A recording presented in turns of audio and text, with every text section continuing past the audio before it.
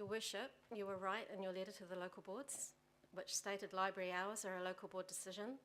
Your message was a good start, and under your leadership, Auckland's best days are ahead of her.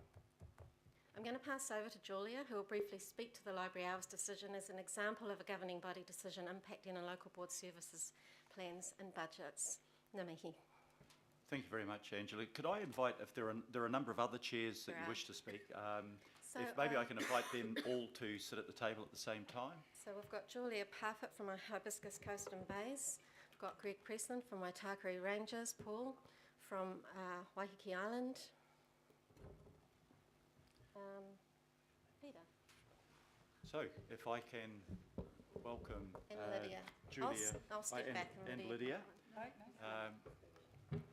We had even more than Lydia will. I'm sorry. Yeah, sorry, we have to squeeze you in there, Lydia. But we can put a microphone in front of you easily. Can I welcome Julia Parfitt, Greg Presland, Paul Waldron, and Lydia Sassini to the table. It's great to have four of you here today, and the topic that you're talking on is really important. So, Julia, you're the next in line, I think. Right. I think it's really important, the message that Angela has made, that a change is required. It's not a you and us, it's a we. It's shared governance. And your decisions impact on us local boards. And sometimes, and let's use as an illustration the library hours, the impact that it had on local boards was significant. The decision was made, and I was here, I believe, for the long-term plan debate, that there was going to be a reduction in budget in certain areas. But it was never specified, it was never fully discussed what was going to alter, where the changes were going to be made, and what the effects were. And that's good decision making, and we want good decision making. I think it then falls on the officers to interpret where those changes occur, but they're not elected to make those changes. We are all elected to represent people, and if changes need to be made, to discuss the impacts it will have on the people that we represent. And the library example, which is a good one, in fact it's going to be used later for a little session that we've got on the Getting to Grips with Governance workshop that I'm part of too today. How could we have done it better? And I think we really need to reflect that. We've got a number of decisions of structural change that are just about to happen or have just happened that impact local boards. We've had changes to enviro schools. Did you collectively discuss it? Did we get the opportunity to discuss it together? No, we didn't. So we've really got to use the opportunities we have, particularly with our meetings where we meet. Now, I don't know, I had a chance to reflect on that last night and thought, did we make really the best use of the time when the governing body and the local board chairs met? No, we didn't. We didn't actually have a chance to actually sit down and talk to each other about where we want to go and how we want to work better together. And I think that's a really important part of the consideration. Nobody throughout the country has ever tried this model before. It was sort of virgin territory, so to speak, when it started 7 years ago. And I think that we need a chance to sit down and reflect. It saddened me when I saw that next Thursday's meeting we were going to have a set-piece speech from, a person who would be very interesting to listen to, Professor Greg Clark, talking about international cities and global effects. But how's that going to help us to develop a better model? It's not going to. We need to set the agenda. We need to work together. We need to know what the impacts of our joint decision-making have on both our relationship, but in particular, the people we're here to serve.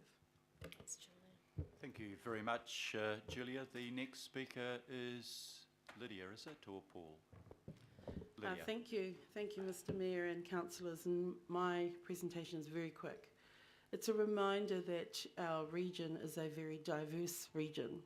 2013, the stats were 11% Māori, 15% Pacifica, and 23% ethnic. And so, Mr Mayor and councillors, it's a reminder that we have very diverse communities, particularly in the community space, that when the conversations are held between local boards and the governing board, to please remember the various communities, and I'm sure the panels that will be under the guidance of the Mayor will participate not just in the discussion but in the decision making. Thank you. Thank you very much for that very concise submission, Lydia. Paul. Thank you, Your Worship, and my submission will be similarly concise. And I just wanted to focus a little bit on council-controlled organisations. Now, CCOs need to engage properly and be required to give effect to local board plans. Our local board plans are where our community's aspirations rest. We must ensure that the next 3 years reflect positive interactions with CCOs whom are responsible for delivering a significant portion of ratepayers' contributions to our community's aspirations. Statements of intent and rules should be agreed to include requirements that CCOs give effect to local board plans. This would see at least CCOs engage in a meaningful and robust way through the plan-making process. This is the opportunity to give effect to community aspirations and the purpose of the Local Government Act to provide for democratic and effective government. Local boards have been seeking this relief over the past 6 years. Our communities understand effective governance and too are frustrated that their aspirations, often clearly articulated through our local board plans, are ignored as CCOs carry out their legitimate business in a vacuum of political governance accountability. Let's even encourage our council-controlled organisations to embrace the Section 17 principles of subsidiarity. There endeth my presentation. Thank you, Your Worship. Thank you very much, Paul. And last but not least, Greg. Thank you, Mr Mayor, for the opportunity to speak today. We thought that it was important for us to come along and introduce ourselves to the governing body in the spirit of co-governance. Out west we have 3 new chairs. In Fo we have Tracy Mulholland, whose first time as an elected representative, although she has considerable experience as a council officer and knows how things work.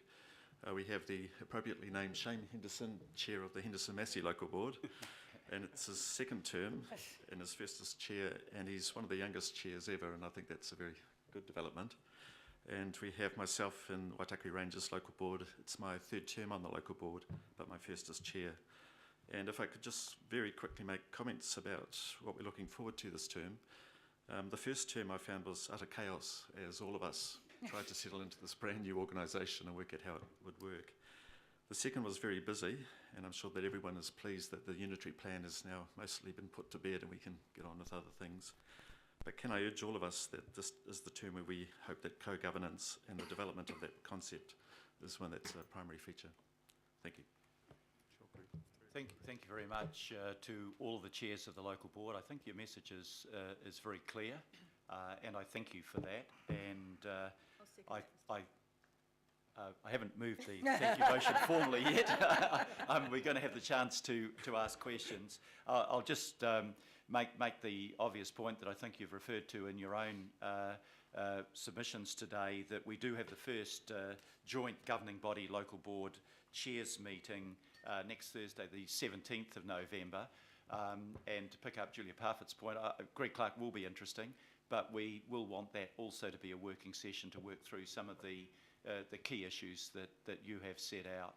And I'm very mindful of the fact that the council is made up of the governing body and the local boards, and we share the mandate as elected representatives of the people, and we share the responsibility of working with our council staff and our CCOs to ensure that that accountability that we have to the electorate is also accountability of our officials and our CCOs to us. Can I now ask if there are any questions from councillors? One question. Yeah, Councillor Newman. Thank you, Your Worship. Just picking up on the point that Ms Parfitt raised, and you've referred to it with respect to Professor Greg Clark, but that joint meeting next week, can I just get clarification as to who sets the agenda for those joint discussions? Because moving forward, I think it's going to be very important to address the substance of the concern I think Ms Parfitt was raising about how those processes work, about how they can inform the relationship between the governing body members and the local boards. And if we're going to have taking up time for Professor Clark, that's fine, but I do think that time is extremely valuable in interrogating issues that affect the relationship between the governing body and the local boards. Thank you. Before we proceed to other questions, I'll just ask Phil Wilson to reply to that question. Through your worship, we've got some work to do in this space. Professor Clark was originally intended to speak at the inaugural summit, but there was then unavailable, and that's how he ended up on that agenda. Okay, now I'm quite happy to commit to an inclusive process of setting those agendas. They have historically been set in conjunction with the Mayor's Office and in collaboration between local board services and myself. So accept the point that's been made, and we can work together on how they're set going forward. Thank you very much, Phil. Can I invite Councillor Fletcher? Oh, thank you, Your Worship.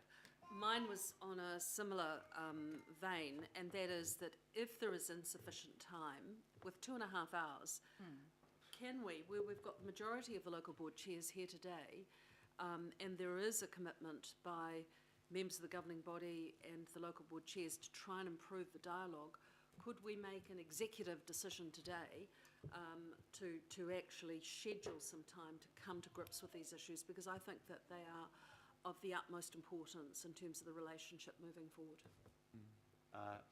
I agree that it is of utmost importance. The difficulty today is I'm not quite sure what time we will be concluding our deliberations. It depends on other items on the agenda. I'm sorry, Your Worship, perhaps I put my question somewhat clumsily. I was suggesting that perhaps Greg Clark be deferred, and the 2.5 hours that have been arranged that are in everyone's diaries, and it's always such a challenge to get the diaries to align. Oh, sorry, you're talking about next Thursday, not Yes, today. I'm talking about next Thursday, whether or not there would be merit in actually deferring Greg Clark and allowing for that open dialogue so that we can really focus on this issue. Well, let's have a look at that. I think that the priority of the agenda ought to be the substantive discussion about co-governance.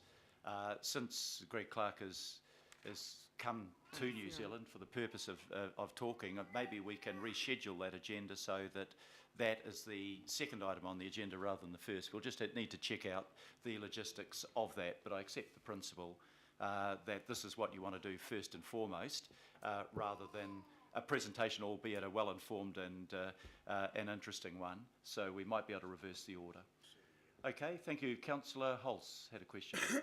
Thank you, Mr Mayor. I just want to acknowledge the really stellar lineup we've got there, and particularly acknowledge Greg Preslin for, I think, summing up the last 6 years perfectly. I think you've nailed it, Greg. What I just want to ask our chairs on behalf of the wider board chairs group is Councillor Filipaina and I are blessed with an amazing opportunity through the committee that we chair to look at the community, economic and environmental future of Auckland, which is, you know, a great triple bottom line opportunity, and the best way for us to actually do that is through our local boards. So Alf and I have talked at length about the opportunity that we've got to work with our local board chairs to look at the priorities that the local boards are setting and to look at those partnership opportunities. So my question to you is, if over the next couple of weeks, as you're getting together as a group of board chairs, could you please hold that in your mind, because Councillor Filipaina and myself would love to talk with you, with each board, about some of those key priority areas. Are you happy that we do that? Well, can I just say, definitely. You and I have already had a discussion about, you know, environmental programs that are happening within my local board, or our local board. I'd also like to say that today it speaks volumes because we've always worked as local board chairs very collaboratively, and I see round the table a few people who have been part of that forum. I think it's worked really successful. It speaks volumes today that 12 of our 21 local board chairs are here supporting just the 4 who are speaking, because we really view this as the most important issue, developing a far better relationship going forward. Thank you very much. Councillor Cooper has a question, Thank and then you. Councillor Well, Filipaina. Mr Mayor, it's a question to you because I don't know where to bring it up, but it is in relation to our meeting next week, which unfortunately I have to present to the Justice and Electoral Select Committee in Wellington, so I won't be able to be there, unfortunately. But I'm wondering, the local board chairs have a great forum. They have the opportunity to work together all the time in that informal setting and discuss issues. We have no such forum as councillors, and often when we get together like this, they've well discussed all the issues first. They have some good things to bring forward, but we come together as a disparate bunch. Nobody knows what anyone else is thinking, and it often makes things very difficult to discuss properly because we've not discussed anything before, and it takes a long time, and I'm just asking you, I guess, to create something like that for us, where it's not a decision-making body and it's not transparent. It's just that opportunity to discuss how we see our governance role, just as the local board chairs have seen that, because it becomes really difficult otherwise. We don't get anywhere, and we've seen that in the last 3 years. It's really difficult, and if we want to move forward in our governance partnership, we need to have the opportunity to be prepared so we know what we want to discuss.